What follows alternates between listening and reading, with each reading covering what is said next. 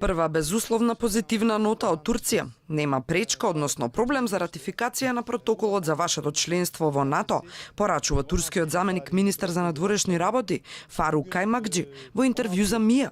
Според него, ратификацијата се пролонгирала заради изборите таму, но штом се соберало турското собрание, протоколот ќе бил во приоритетите на дневен ред. Можете да бидете спокојни. Ние сме ваш најголем поддржувач во насока на членството во НАТО и имаме намера овој процес да се заврши во најбрз можен рок.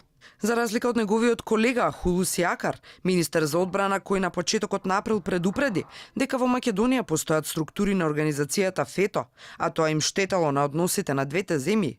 Сега, Кајмакџи со целосно различна порака. Имаме нови моменти со кои што се соочуваме и се надевам дека во наредниот период ќе се направат конкретни мерки за да и двете земји се ослободат и се куртулат од оваа терористичка организација.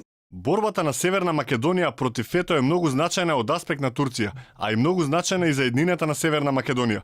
ФЕТО е терористичка организација која во своите дејствувања често вршат незаконски снимања, аудиовизуелни записи кои после тоа ги користат за предмет на уцени во насока на нивни интереси. Во меѓувреме во Македонија, според министерот Спасовски, се водела постапка за екстрадиција на припадниците на ФЕТО, па двајца од вкупно 15 веќе не биле во земјава. Инаку Турција важи за еден од најголемите сојузници на Македонија, па нератификувањето на протоколот ги замати очекувањата на власта дека Анкара меѓу првите ќе го направи тоа. Турција лани побарала екстрадиција на 15 лица, осомничени дека се блиски до организации поврзани со Фетула Ѓулен, обвинет за неуспешниот државен удар во Турција. Досега, Македонија добиваше разочарувачки тонови од Анкара. Оти македонската влада не презала ништо за санкционирање на ѓуленистите.